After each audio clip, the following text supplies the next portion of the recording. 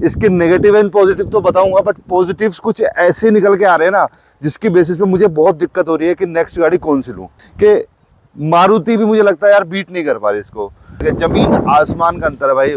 जो अभी सोच रहा था कि शायद ब्रेजा की तरफ चला जाता हूँ, हालांकि इसका और ब्रेजा का कोई कंपैरिजन नहीं है। रीजन बीइंग वो एक कॉम्पैक्ट सेगमेंट की गाड़ी है और ये एक हैचबैक गाड़ी है, बट भाइयों उसमें मुझे मजा ही नहीं आया चलाने में। कहीं ना कहीं मुझे अब ये लग रहा है हुंडई चलाने के बाद कि यार मुझे ये बीच वाला सेगमेंट छोड़ना पड़ेगा, इससे ऊपर ही जाना पड़ेगा। हेलो दोस्तों, फिर से आपका स्वागत है एक नई वीडियो में। भाइयों काफ़ी टाइम बाद आ रहे हैं चैनल पे। आज भाइयों मैं अपनी ही गाड़ी का एक्सपीरियंस आप लोगों के साथ शेयर करना आया हूँ। 2018 मॉडल हुंडई की ग्रैंड i10 मेरे पास है। इसमें आफ्टर मार्केट CNG भी लगी हुई है, तो सारे एक्सपीरियंस शेयर करूँगा आप लोगों के साथ। गाड़ी चल चुकी है 60,000 किलोमीटर। बट उससे पहले मैं आपको कुछ और बातें बताना चाहता हूँ। अभी मैं क्या सोच रहा था कि जैसे गाड़ी को 5 साल हो चुके हैं, तो मैं स्विच करने की कोशिश कर रहा था। स्विच इन द सेंस कि अब मैं नेक्स्ट सेगमेंट पे जाने की कोशिश कर रहा था। तो भाइयों इसके नेगेटिव एंड पॉजिटिव तो बताऊंगा, बट पॉजिटिव्स कुछ ऐसे निकल के आ रहे हैं ना जिसकी बेसिस पे मुझे बहुत दिक्कत हो रही है कि नेक्स्ट गाड़ी कौन सी लूँ। जैसे कि इस गाड़ी का जो ड्राइविंग एक्सपीरियंस है ना, स्टीयरिंग का फीडबैक, क्लच का फीडबैक, सॉरी क्लच का, हाँ, या क्लच का फीडबैक, और आपका जो गियर है इतने स्मूथ है, इंजन इसका इतना स्मूथ है ना आज भी कि मारुति भी मुझे लगता है यार बीट नहीं कर पा रही इसको। मतलब मारुति का जो स्टीयरिंग का फीडबैक है ना, जिसके स्टीयरिंग का फीडबैक है, जमीन आसमान का अंतर है भाई। जो रिसेंटर होके आता है ना, जो मजा आता है चलाने में, उसका तोड़ ही नहीं है। मैं अभी सोच रहा था कि शायद ब्रेजा की तरफ चला जाता हूँ, हालांकि इसका ब्रेजा का कोई कंपैरिजन नहीं है। रीजन बीइंग वो एक कॉम्पैक्ट सेगमेंट की गाड़ी है और ये एक हैचबैक गाड़ी है, बट भाइयों उसमें मुझे मजा ही नहीं आया चलाने में। सारी बातें डिटेल में करेंगे, गाड़ी के बारे में बताऊंगा क्या कमियां हैं, हुंडई से क्या क्या दिक्कतें आई। तो शुरू करते हैं। तो भाइयों 2018 में मैंने 5,80,000 रुपये की गाड़ी ली, 60,000 चला चुका हूँ। 15,000 के बाद ही मैंने इसमें CNG लगवा दी थी, आफ्टर मार्केट CNG। उस पर मुझे बहुत दिक्कतें आई। अगर उसके बारे में आपको जानना है तो पता चल जाएगा। हुंडई एक ऐसी गाड़ी है कि जिसमें आफ्टर मार्केट CNG अगर आप लगाना चाहते हो तो बहुत लिमिटेड मतलब सभी कंपनियों की CNG बहुत सारी जैसे मार्केट में अवेलेबल है, मीज़ो की हो गई या फिर और भी बहुत सारी आ रही हैं। मैं किसी एक ब्रांड का क्या नाम लूँ, मीज़ो हो गई, मोटोजैन हो गई, और आपका फिर BRC हो गई। तो इसमें बहुत सेलेक्टेड CNG कामयाब होती है जो किट होती हैं। उस पर बात मैं CNG पे जाते नहीं जाऊँगा, मैं आज गाड़ी के बारे में बताऊँगा। सबसे बड़ी जो दिक्कत है ना, इसकी दिक्कत तो खैर मैं क्या बोलूँ, ये भाई हाथी है। मतलब इसका जो माइलेज है 12-13 का देती है लोकल में, और आज तक एक बार सिर्फ एक बार, वो भी हाईवे पे 16 का माइलेज दिया है। इससे ज़्यादा आज तक इसने माइलेज भी नहीं दिया। तो माइलेज के मामले में तो यस, ये गाड़ी मतलब बहुत अच्छी नहीं है। और अगर मैं बात करूँ इसके पार्ट्स की बात करूँ, क्योंकि सर्विस भी मैं कई करा चुका हूँ, हालांकि मैं ज़्यादातर सर्विस बाहर से कराता हूँ, बट अगर पार्ट्स की बात करूँ तो थोड़े से मारुति से महंगे आते हैं, बट बहुत ज़्यादा महंगे नहीं आते हैं। मतलब सर्विस कॉस्ट भी इसकी 5-6 हज़ार में हो जाती है इजीली। अगर बाहर से बात करूँ तो बाहर से तो 3-3 हज़ार रुपये भी मैंने इसकी सर्विस कराई है। तो सर्विस कॉस्ट बहुत नॉमिनल है, बहुत ज़्यादा इसमें खर्चा नहीं आता है। ठीक है, बात करूँ अगर इसके ड्राइविंग एक्सपीरियंस की, मैं वो बता चुका हूँ, बहुत बढ़िया है, बहुत उम्दा है। अगर इसके सेगमेंट की गाड़ी ले लेते हैं, जैसे बलिनो हो गई या फिर आपकी एल्ट्रोज हो गई, ठीक है, स्विफ्ट हो गई, तो उसके कंपैरिजन में मैंने बहुत गाड़ी चला के देखी है। हाँ, एल्ट्रोज गाड़ी बहुत अच्छी है, नो डाउट, एल्ट्रोज बहुत जम के चलती है, बट अगेन तो पॉइंट इज उसका थाई सपोर्ट फिर इससे कम हो जाता है। इसका जो फ्रंट सीट का कंफर्ट है वो नेक्स्ट लेवल है। तो गाड़ी ओवरऑल पे चलो बाद में आते हैं, कुछ और बातें और बताता हूँ। हुंडई के साथ एक्सपीरियंस शेयर करना चाहता हूँ आपको। ऐसा नहीं है, हुंडई ने भी मुझे दुखी किया। जब मैंने गाड़ी ले ली उसके बाद इसमें कुछ दिक्कतें आने लगी, जैसे कुछ और होना था, हुंडई वालों ने कर कुछ और दिया। तो मैं कहूँगा हुंडई वालों ने मुझे 1 या 2 बार 5 साल में दुखी किया है, तो इतना तो हम बेयर कर सकते हैं। मतलब ठीक है यार, 1-2 बार चलो उन्होंने दुखी कर दिया, मैं अपनी बात पे अड़िग रहा, तो उन्होंने एट दी एंड मेरी गाड़ी सही करके दे दी। जैसे कि इसका जो गियर बॉक्स था उसमें इशू आ गया था। अच्छा, इसके इशू बताता हूँ, इसमें क्या क्या इशू आए हैं। इसका जो स्टीयरिंग है उसके अंदर प्ले आ गई है थोड़ी सी, बट अभी भी बहुत बढ़िया चलता है, थोड़ी सी प्ले आ गई है। एक इसका जो गियर है, जब हम गियर डालते हैं तो गियर में थोड़े से अटकने लगे हैं, बट अभी भी बहुत सही चलते हैं। जैसे कि अब आप टाटा की गाड़ी ले लो या फिर और भी कंपनी की गाड़ी है, जैसे टाटा, चलो टाटा छोड़ते हैं, टाटा की गियर हल्के से अटकते हैं। जैसे आपका ये हो गया मैग्नाइट वगैरह हो गई, इनके गियर भी मुझे चला के देखिए, जो गियर बॉक्स है वो इतने स्मूथ नहीं है एज़ कम्पेयर टू दोस्त कार। इसके गियर बॉक्स बहुत स्मूथ है। हाँ, मारुति का गियर बॉक्स भी बहुत स्मूथ है। इसकी क्लच बहुत स्मूथ है, टाटा की क्लच भी बहुत स्मूथ है। स्टीयरिंग भी इसका बहुत अच्छा है, जो मैं बता चुका हूँ स्टीयरिंग पे खैर नहीं आते। हेडलाइट की बात कर लेते हैं। हेडलाइट इसकी बड़ी गंदी आई थी, वो मैं चेंज कराने की सोच रहा हूँ, वो बिल्कुल सबसे बेकार है इसकी, तो उसमें यस ये बढ़िया नहीं है। अच्छा एक चीज़ और बता देता हूँ आपको इसमें साथ के साथ ही, गाड़ी जब हाईवे पे चलती है तो सड़क से चिपक के चलती है। स्टेबिलिटी गाड़ी के अंदर बहुत बढ़िया है। 100, 120, 130 मैं रिकमेंड नहीं करूँगा चलाओ आप, बट मैंने चला के देखी है। हालांकि मैं 130 से ऊपर नहीं लेके गया हूँ क्योंकि सेफ्टी का भी कंसर्न रहता है, बट 130 पे भी गाड़ी बढ़िया चलती है। सस्पेंशन गाड़ी के बहुत अच्छे हैं, नो डाउट।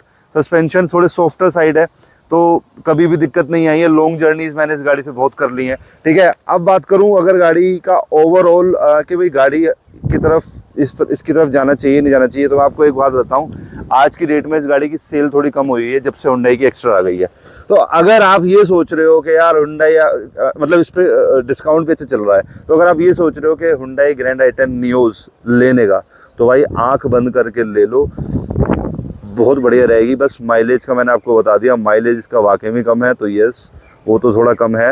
लेकिन अगर कंपनी फिटेड सीएनजी लेने की सोच रहे हो तो कंपनी फिटेड ही लेना, आफ्टर मार्केट पे मत जाना, दिक्कतें आ जाती हैं।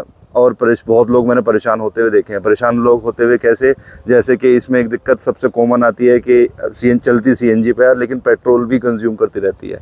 एक तो इसकी दिक्कत ये आती है, दूसरा इसमें पिकअप की दिक्कत आती है। इसमें मतलब लिमिटेड ही आपकी जो किट है सीएनजी किट वो कामयाब होती है अगर आफ्टर मार्केट लगवाने की सोच रहे हो आप, ठीक है। मतलब उस टाइम पे तो कंपनी फिटेड सीएनजी किट आती ही नहीं थी, तो मुझे तो मजबूरी होगी बाहर से लगवाने की। लेकिन अगर आप सीएनजी गाड़ी खरीदने की सोच रहे हो और कम मतलब इस सेगमेंट में हैचबैक में जाने की सोच रहे हो, तो इस गाड़ी की तरफ बिल्कुल चले जाना। सीएनजी पे भी ये माइलेज आराम से 24-25 का दे देती है। लोकल की बात करो तो 22-23 दे देती है। और ये आपके ड्राइविंग एक्सपीरियंस पे भी मैटर करता है, ड्राइविंग स्टाइल पे भी मैटर करता है कि कैसे आप गाड़ी को चला रहे हो। ग्राउंड क्लियरेंस इस गाड़ी का 165 mm का, तो बहुत लोगों को ये लगता है कि गाड़ी अड़ती है, बट रियलिटी बता दो भाई, गाड़ी कहीं नहीं अड़ती। नीचे से थोड़ा सा तिरछी करके निकाल लो, कोई दिक्कत नहीं आती। आफ्टर मार्केट सीएनजी लगवाई तो मैंने इसके अंदर बुश लगवाए हुए हैं, जिनको गुटके भी बोलते हैं, 2-2 इंची के गुटके, 2-2.5 या 3 इंची के गुटके आते हैं, तो उसके लगवाने से फिर भी मतलब कहीं गाड़ी में कोई दिक्कत नहीं आती, ठीक है। बात करूँ, हाँ एक चीज़ हो रहा है, आपको सीएनजी लगने के बाद इसमें स्पेस नहीं बचता है, ये बात है। थोड़ी सी दिक्कत आती है कि इस गाड़ी के अंदर जो है आपको जो बूट स्पेस है ना, वो देखो बिल्कुल ख़त्म हो गया है, ये बिल्कुल ख़त्म हो जाता है ना। ये चीज़ें थोड़ी सी हैं। बाकी अगर बात करूं रियर सीट के कंफर्ट की, तो इस गाड़ी का रियर सीट का कंफर्ट भी ठीक है, बट फ्रंट का थोड़ा ज़्यादा बेटर है, ठीक है।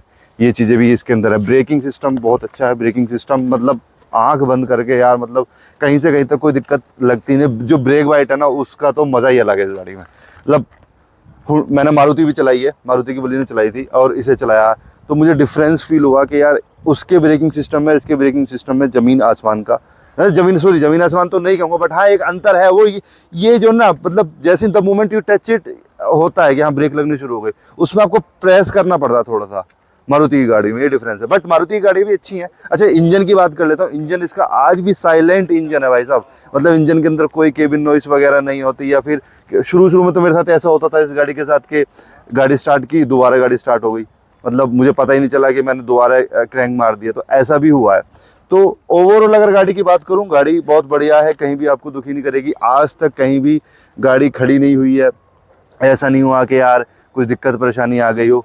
तो मैं कहूँगा गाड़ी ट्रस्टवर्दी है। अभी एक छोटी सी ऑफरोडिंग की थी मैंने इस गाड़ी के साथ, जिसमें और भी गाड़ियाँ थी, जैसे कि इग्निस थी, है ना, और कुछ लोग वैगनर लेकर आए, एक बंदा वैगनर लेकर आया था, तो इसकी परफॉर्मेंस जो निकल गई वो अल्टीमेट निकल गई, ठीक है। सीएनजी पे गाड़ी, अच्छा एक चीज़ और बताता हूँ, सीएनजी पे गाड़ी बिल्कुल नहीं दबती है।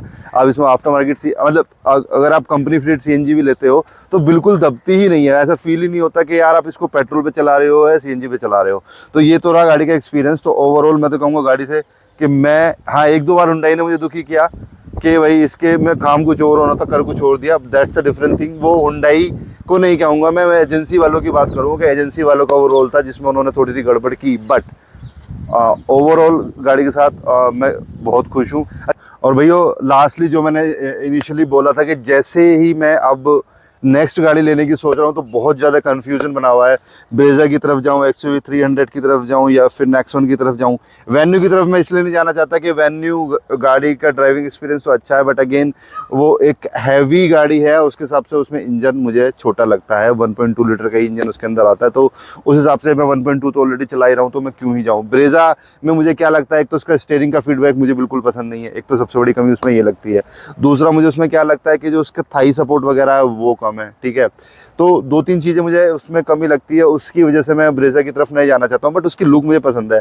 नेक्सॉन की बात करूँ तो नेक्सॉन के जो गियर, आई मीन अगेन उसका जो गियर बॉक्स है वो इतना स्मूथ नहीं है। एक तो रीज़न ये है, एक उसमें यार वो 3 सिलेंडर इंजन होने के साथ मतलब मुझे पेट्रोल में मज़ा, जो एक्सपीरियंस, हालांकि वो टर्बो है, टर्बो इंजन है आता है उसके अंदर, बट अगेन मुझे उसमें भी मज़ा नहीं आया। तो कहीं ना कहीं मुझे अब ये लग रहा है हुंडई चलाने के बाद कि यार मुझे ये बीच वाला सेगमेंट छोड़ना पड़ेगा, इससे ऊपर ही जाना पड़ेगा शायद। बाकी देखते हैं समय की क्या बात होती है। बाकी आप भी अपना सजेशन दो भाई, कौन सी गाड़ी की तरफ जाना चाहिए। मैंने 3 गाड़ी फिल्टर की हुई है, XUV 300, नेक्सॉन। XUV 300 में मैं इसलिए नहीं जाना चाहता, उसकी दिक्कत ये है कि उसमें काफ़ी टाइम से फेसलिफ्ट आया नहीं है। वो गाड़ी बहुत उम्दा है, उसमें कहीं से कहीं तक कोई कमी नहीं है, लेकिन उसमें बहुत टाइम से फेसलिफ्ट नहीं आया, पता नहीं कब अपडेट आ जाए, कुछ पता नहीं। तो इस वजह से मैं उस पर होल्ड करे बैठा हूँ। तो ये एक रीज़न है। और नेक्सॉन, सॉरी, ब्रेजा पे जाने का सबसे बड़ा रीज़न था कि उसमें कंपनी फिटेड CNG आती है। लेकिन दिक्कत क्या आ रही है, कंपनी फिटेड CNG अच्छा है, उसमें वो उस गाड़ी में एक क्वालिटी बहुत अच्छी है कि जब पेट्रोल पे चलाओ या CNG पे चलाओ पता नहीं चलता, but again the point is उसका स्टीयरिंग का फीडबैक और जो ड्राइविंग एक्सपीरियंस है वो मुझे इससे मैच नहीं करता। तो खैर उस पर डिटेल में बात करेंगे दोबारा। आपको क्या लगता है, please do let me know कि कौन सी गाड़ी पे हमें जाना चाहिए। Please do let me know in comment section. और भाई गाड़ी की बात करूं तो अगर आप हैचबैक गाड़ियों की तरफ जाना चाह रहे हो, हैचबैक में इसकी तरफ एक बार नज़र डाल लेना। गाड़ी वाकई में बहुत उम्दा है, मेरा अब तक का एक्सपीरियंस वाकई में बहुत अच्छा निकल के आया है। Thank you so much guys for watching this video. जय श्री राम।